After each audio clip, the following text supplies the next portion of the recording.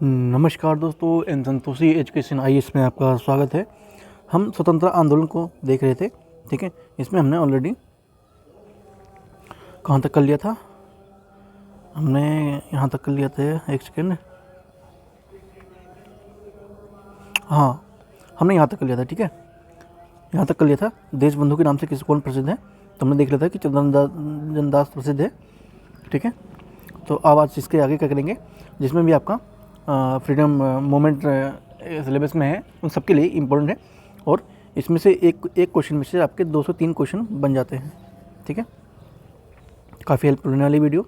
Channel पर नए हैं, सब्सक्राइब जरूर कर लीजिएगा, बेल आइकन को प्रेस करना बिल्कुल न भूलें। चलिए शुरू करते हैं। अखिल भारतीय खिलाफत सम्मेलन 1919 का अध्यक्ष किसको चुना गया था? तो ये महात्मा गांधी को चुना गया था। किसको चुना गया था? महात्मा गांधी को चुना गया था। 23 नवंबर 1919 को दिल्ली में अखिल भारतीय खिलाफत कमेटी का अधिवेशन हुआ और जो गांधी जी को इसका अध्यक्ष चुना गया। साथ में इस आंदोलन की शुरुआत करने वाले जो श्रेय अली बंधुओं यानी कि मौलाना मोहम्मद अली और शौकत अली को भी दिया जाता है, ठीक है। तो 1919 का अध्यक्ष किसको चुना गया था? भारतीय खिलाफत सम्मेलन का, तो इसे महात्मा गांधी को चुना गया था। और साथ में अध्यक्ष किसे चुना गया था? तो गांधी जी को, अली बंधुओं को, मौलाना और मोहम्मद अली को भी दिया गया था इसका श्रेय, ठीक है। नेक्स्ट चलते हैं। नेहरू रिपोर्ट किसने तैयार की थी? तो नेहरू रिपोर्ट किसने तैयार किया था?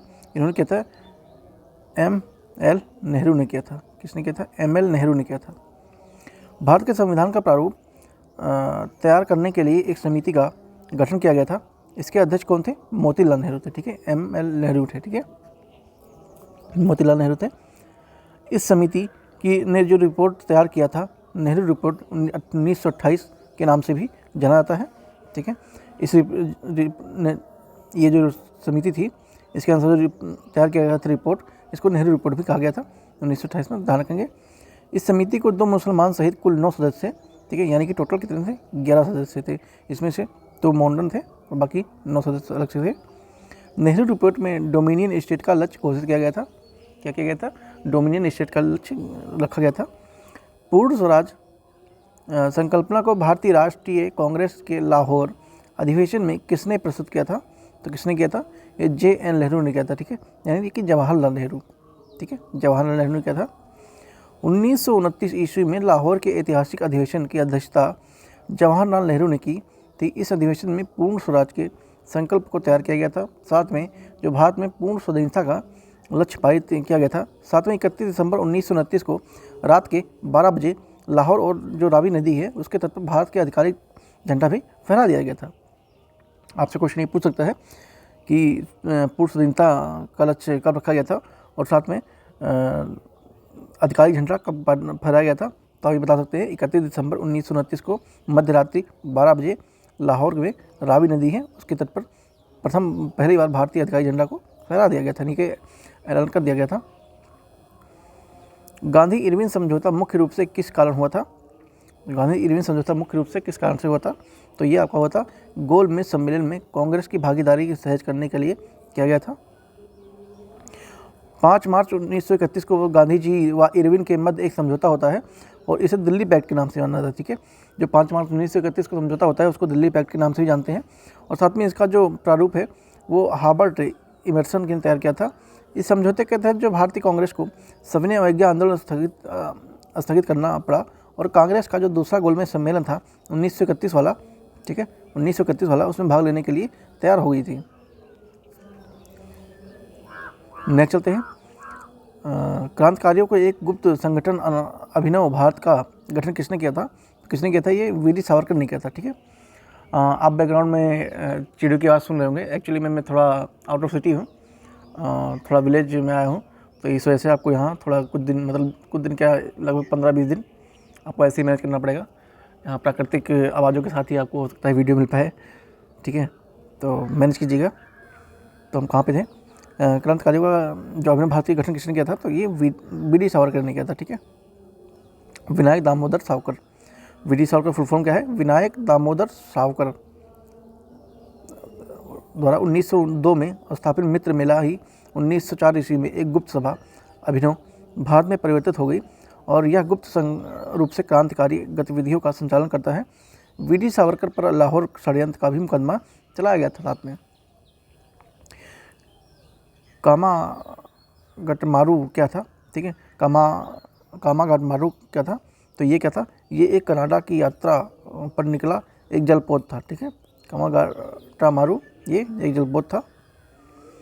1913 में कनाडा में सर्वोच्च न्यायालय के एक निर्णय के अधीन अंतर्गत ऐसे 35 भारतीयों को कनाडा आने की अनुमति प्रदान कर दी गई थी जो सीधे भारत से न आए हों, और इस निर्णय के आधार बनाकर गुरदीप सिंह को एक जहाज जिसे कामागाटामारू को भी किराए पर लेकर 376 यात्रियों के साथ हांगकांग से कनाडा के वैंकूवर पहुंचे थे।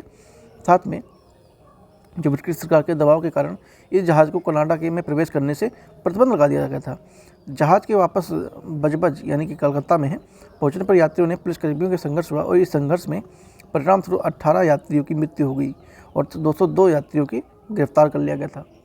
तो इसी को कहते हैं कामागाटामारू। किसने सचिंद्रनाथ सन्याल द्वारा स्थापित हिंदुस्तान रिपब्लिक एसोसिएशन का नाम बदलकर हिंदुस्तान सोशलिस्ट रिपब्लिक एसोसिएशन कर दिया था? तो किसने किया था? ये चंद्रशेखर आज़ाद ने किया था, ठीक है। किसने? चंद्रशेखर आज़ाद ने किया था। 1924 ईस्वी में कानपुर में हिंदुस्तान रिपब्लिक एसोसिएशन यानी कि HRA, कौन? HRA की स्थापना सचिंद्रनाथ सन्याल, राम प्रसाद बिस्मिल, योगेश चंद्र बनर्जी आदि क्रांतिकारियों ने की थी। चंद्रशेखर आज़ाद के नेतृत्व में 10 सितंबर 1928 को दिल्ली के फिरोज शाह कोटला में इसका नाम बदलकर हिंदुस्तान सोशलिस्ट रिपब्लिक एसोसिएशन यानी कि HSRA कर दिया गया था। इसकी स्थापना के अन्य सदस्य कौन कौन थे? भगत सिंह थे, सुखदेव थे, भगवती चरण थे, बोहरा थे और भी लोग इसमें शामिल थे इसमें, ठीक है। युगांतर पार्टी का नेतृत्व किसने किया था? तो किसने किया था? जतीन्द्रनाथ मुखर्जी ने किया था, ठीक है। जतीन्द्रनाथ मुखर्जी 1869 से 1915 तक इनका कार्यकाल रहता है, यानी का जीवन काल रहता है। बंगाल के क्रांतिकारी थे। उन्होंने बाघा जतिन के नाम से भी जाना जाता है। वे युगांतर अनुशीलन समिति तथा गदर पार्टी जैसे क्रांतिकारी पार्टियों के सदस्य भी थे रहे। साथ में विवेकानंद व अरविंद घोष के अनुयायी भी थे वे। और 9 सितंबर 1915 को बालासोर में पुलिस द्वारा मुठभेड़ में उनको वीरगति प्राप्त हो गई थी। ध्यान रखेंगे, युगांतर पार्टी की स्थापना किसने की थी? जतीन्द्रनाथ मुखर्जी ने की थी, ठीक है। इंपॉर्टेंट पर्सनैलिटी हैं फ्रीडम फाइटर के रूप में। मुजफ्फरपुर में किंग्स फोर्ट की हत्या का प्रयास कब किया गया था? ये कब किया गया था? 1908 में किया गया था, ठीक है। 30 अप्रैल 1908 को किंग्स फोर्ट की गाड़ी पर प्रफुल्ल चाकी और खुदीराम बोस ने उस समय बम फेंका जब वो यूरोपीय क्लब से बाहर निकल रहा था। लेकिन इस हमले में राष्ट्रीय आंदोलन में सहानुभूति रखने वाले मिस्टर कैनेडी की पत्नी एवं पुत्री मारी गई थी, ठीक है।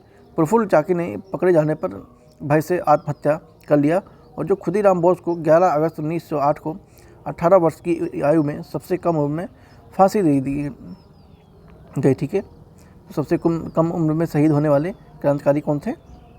खुदीराम बोस थे, यानी कि क्या 18 ईयर्स की। नेक्स्ट चलते हैं। लाहौर षड्यंत्र कांड में निम्नलिखित में से किस क्रांतिकारी को फांसी नहीं हुई थी? ठीक है, तो लाहौर षड्यंत्र कांड में किसको नहीं हुई थी? बटुकेश्वर दत्त को नहीं हुई थी, ठीक है। बाकी सबको लगभग हुई थी, इनको नहीं हुई थी। लाहौर षड्यंत्र केस के गवर्नर जनरल द्वारा गठित विशेष ट्रिब्यूनल ने 14 फरवरी 1931 को भगत सिंह, राजगुरु और सुखदेव को फांसी की सज़ा सुनाते हैं और 23 मार्च 1931 को इनको फांसी भी दी जाती है। जबकि बटुकेश्वर दत्त को काला पानी जेल की सज़ा देकर उन्हें सेलुलर जेल यानी कि जो अंडमान में है काला पानी जेल, वहाँ भेज दिया जाता है। स्वतंत्रता आंदोलन के क्रांतिकारी आतंकवादियों का पहला महत्वपूर्ण ऐतिहासिक कार्य बर्रा डकैती की स्थापना कहाँ होती है? तो जो बर्रा डकैती है इसका संबंध पूर्वी बंगाल से है, ठीक है, पूर्वी बंगाल से है। धन की व्यवस्था करने के लिए 1908 ईस्वी पूर्व बंगाल में बर्रा डकैती कांड को जो पुलिन बिहारी दास ने अंजाम दिया और इन्होंने भारत की स्वतंत्रता के लिए ढाका अनुशीलन समिति साथ में नमक क्रांतिकारी संगठन की भी स्थापना करते हैं। बरिंद्र कुमार घोष के क्रियाकलापों ने एक गुप्त क्रांतिकारी संगठन को बंगाल में जन्म दिया है। किसने दिया? ये अनुशीलन समिति के दिया। ठीक है, अनुशीलन समिति एक क्रांतिकारी संगठन था। इसका गठन बंगाल में बरिंद्र चंद्र घोष, अरविंद चंद्र घोष के भाई ने किया था। उन्होंने 1905 ईस्वी में भवानी मंदिर नामक पुस्तिका में एक लेख लिखा, जिसमें उन्होंने क्रांतिकारियों को संगठित करने के लिए बंगाल केंद्र बनाने के बारे में विस्तृत जानकारी दे दी गई थी। बंगाल में क्रांतिकारी आंदोलन की शुरुआत होती है, जिसे भद्र लोक समाज भी कहा गया था। निम्नलिखित में सत्याग्रहों में से किसका नेतृत्व महात्मा गांधी ने नहीं किया था? इसमें से कौन सा सत्याग्रह है जिसमें इसका नेतृत्व महात्मा गांधी ने नहीं किया था? तो किसका नहीं किया था? बारडोली सत्याग्रह का उन्होंने नहीं किया था। कैसे नहीं किया था अभी देखेंगे।